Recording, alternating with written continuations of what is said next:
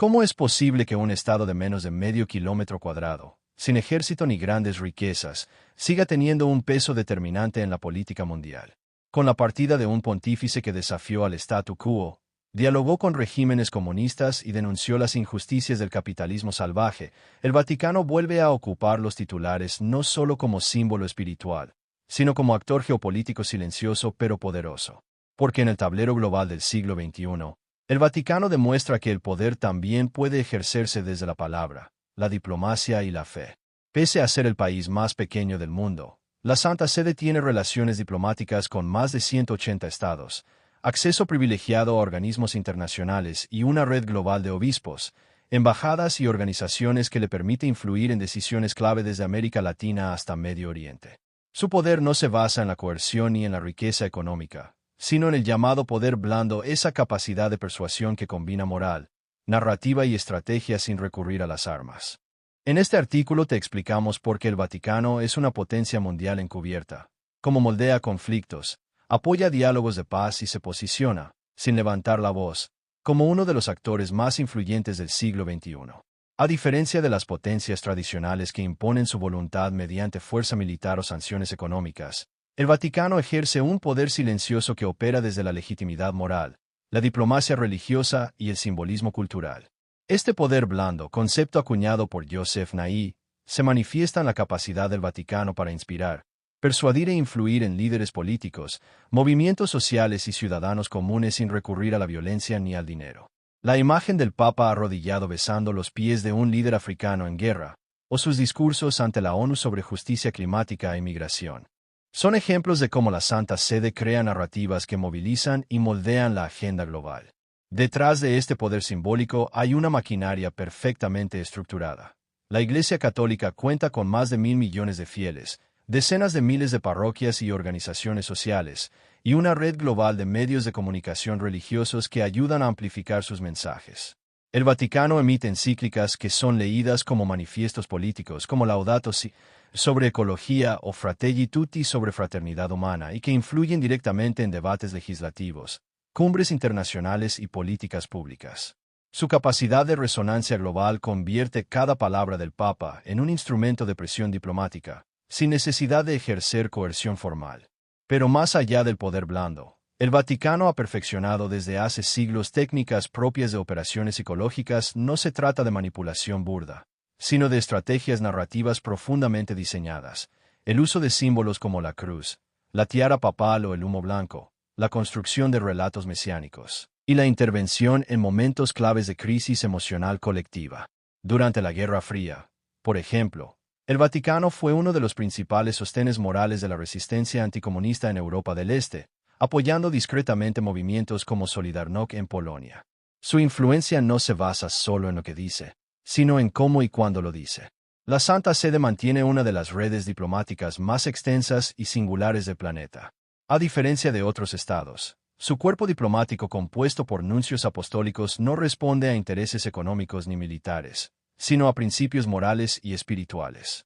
Actualmente, el Vaticano tiene relaciones diplomáticas plenas con más de 180 países y estatus de observador permanente en la ONU.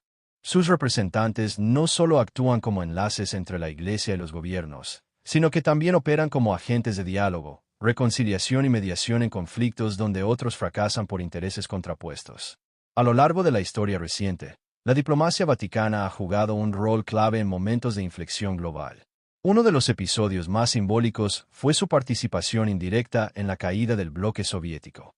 A través de una alianza silenciosa entre el Papa Juan Pablo II y líderes políticos como Ronald Reagan, el Vaticano apoyó movimientos como Solidarność en Polonia, como ya mencionamos, articulando una ofensiva moral y espiritual contra el régimen comunista. El Papa polaco, con su autoridad religiosa y carisma político, se convirtió en una figura inspiradora para millones de ciudadanos oprimidos tras el telón de acero. Ese apoyo, aunque no militar, fue una chispa ideológica en la descomposición de la Unión Soviética. La clave del éxito diplomático del Vaticano radica en su neutralidad estratégica. Aunque no toma partido de forma explícita en conflictos armados, se posiciona en defensa de principios universales como la paz, los derechos humanos y la libertad religiosa. Esta postura lo convierte en un intermediario confiable en situaciones donde la mayoría de los actores están polarizados. Ejemplos recientes incluyen su mediación en el restablecimiento de relaciones entre Estados Unidos y Cuba 2014, sus llamados a la paz en Siria y Ucrania, y su presencia constante en misiones humanitarias internacionales.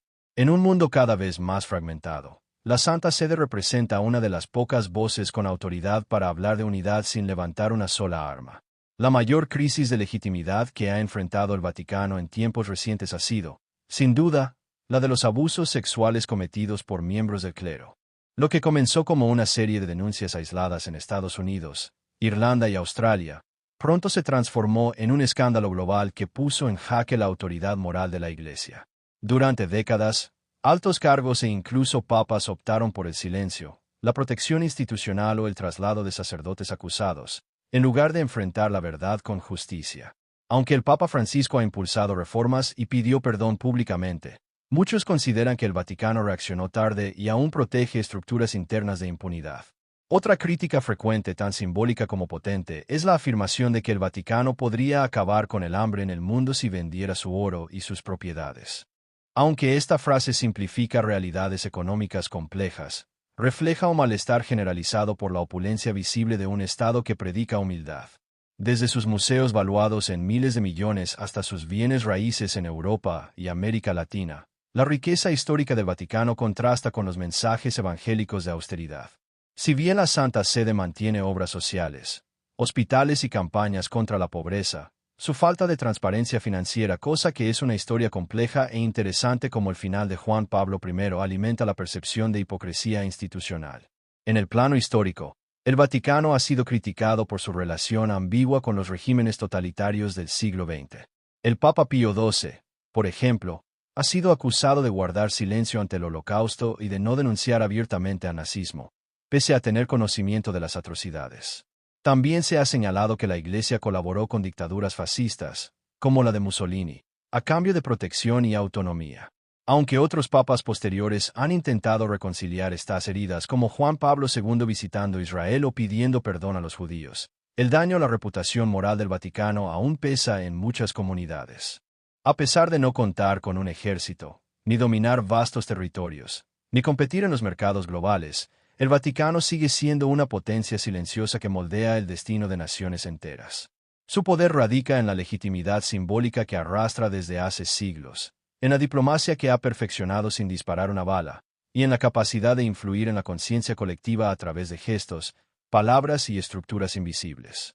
En un sistema internacional donde los estados compiten por recursos y hegemonía, la Santa Sede juega a otro juego, el de las almas, los relatos y el juicio moral. Su influencia no se impone, se internaliza. Sin embargo, ese poder también ha estado marcado por sombras, contradicciones y silencios incómodos. Desde los escándalos de pedofilia hasta su papel ambiguo en la historia política del siglo XX, pasando por tensiones actuales entre progresismo y tradición, el Vaticano enfrenta desafíos que amenazan su autoridad simbólica. Y, sin embargo, sigue ahí, presente en todas las cumbres, en todas las guerras, en todas las crisis. Porque mientras haya una narrativa que sostener, una paz que mediar o una conciencia que influir, el Vaticano seguirá siendo una pieza clave en el tablero geopolítico global.